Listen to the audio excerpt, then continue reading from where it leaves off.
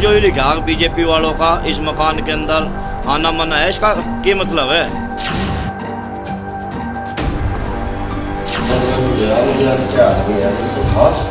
BJP का बिल्कुल खिलाफ है।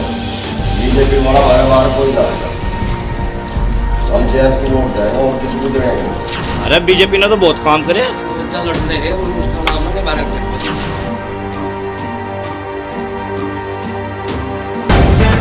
द लाइव टीवी, सच सबसे आगे।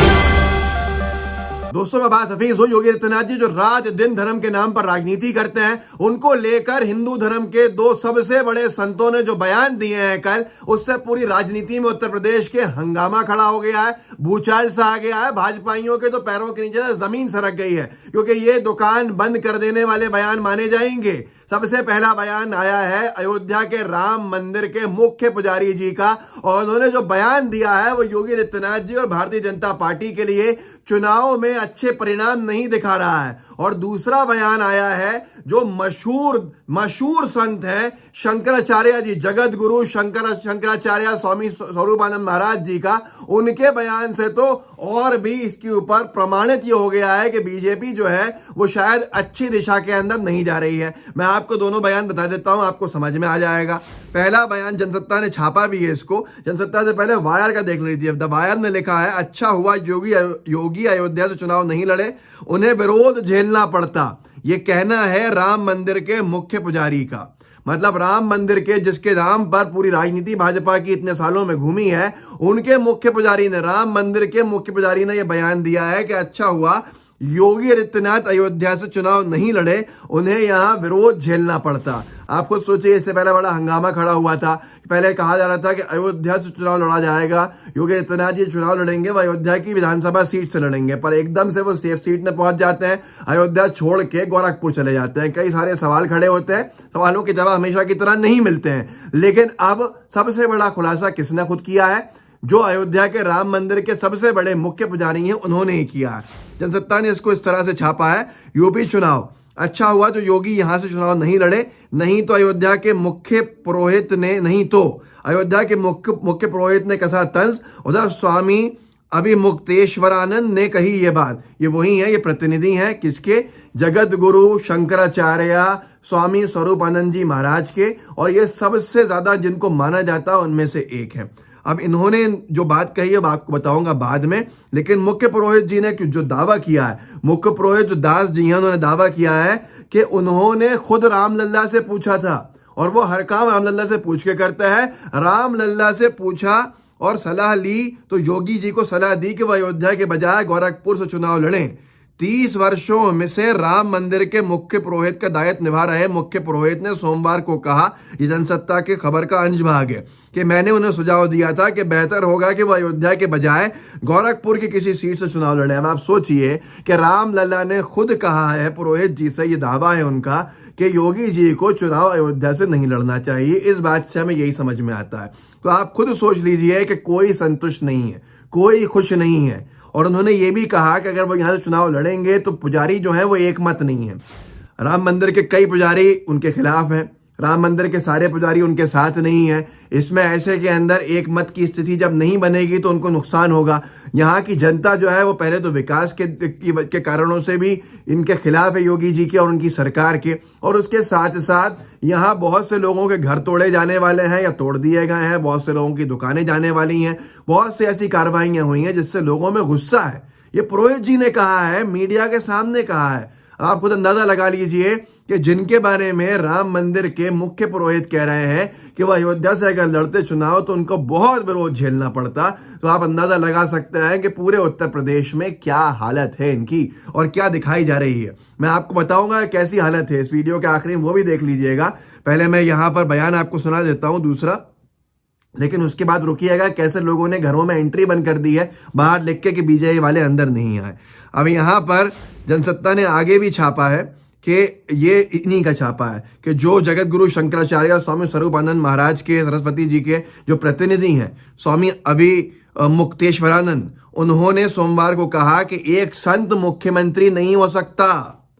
व्यक्ति जब संवैधानिक पद पर बैठता है तो उसे धर्मनिरपेक्षता की शपथ लेनी पड़ती है।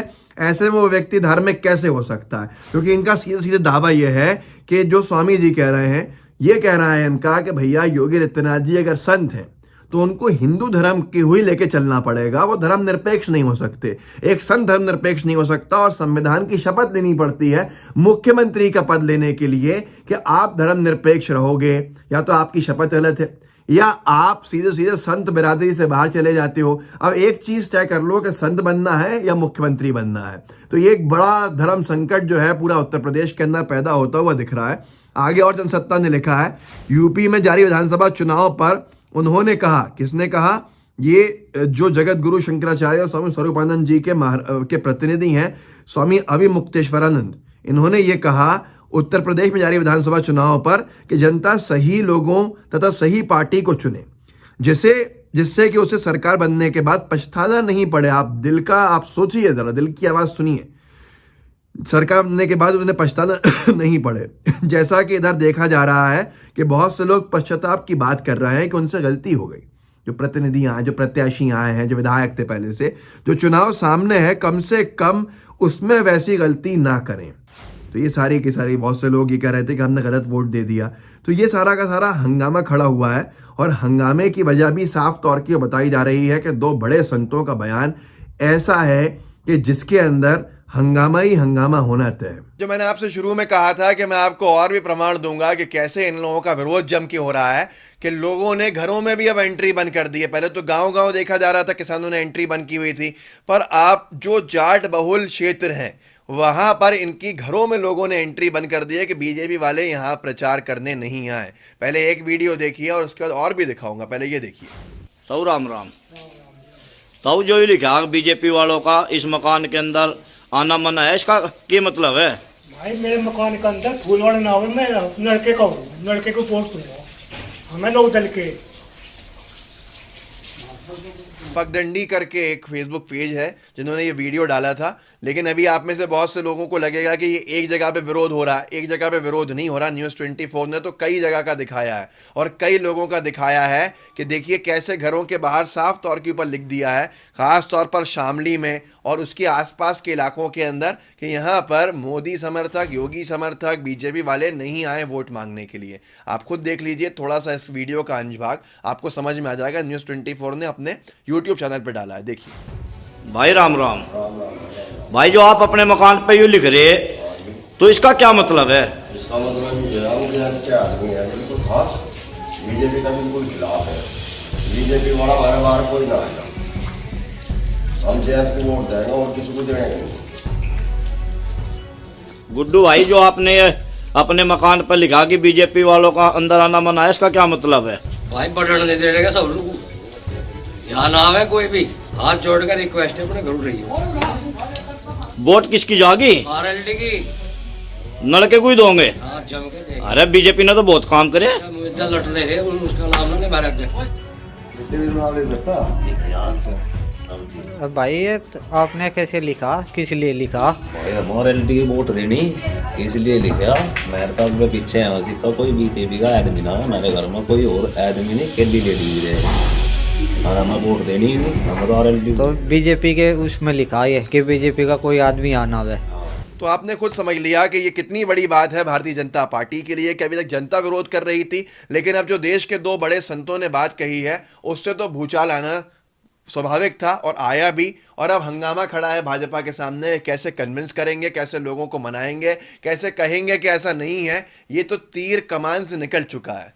अब ये आपको खुद समझना है कि वो लोग सही बोल रहे हैं जो गोदी मीडिया में बैठे हैं, या राम मंदिर के मुख्य पुजारी सही बोल रहे हैं, या जगत गुरु जी के जो शंकराचार्य जी के जो प्रतिनिधि हैं वो सही बोल रहे हैं। तो ये सारी की सारी चीज़ें आपके सामने है, फैसला आपको करना है। इस वीडियो को आगे शेयर कर दीजिएगा, आपके व्हाट्सएप ग्रुप्स होंगे उनमें शेयर कीजिएगा, साथ में लाइव टीवी को सब्सक्राइब कीजिएगा और बेल आइकन दबाइएगा। जय हिंद, जय भारत।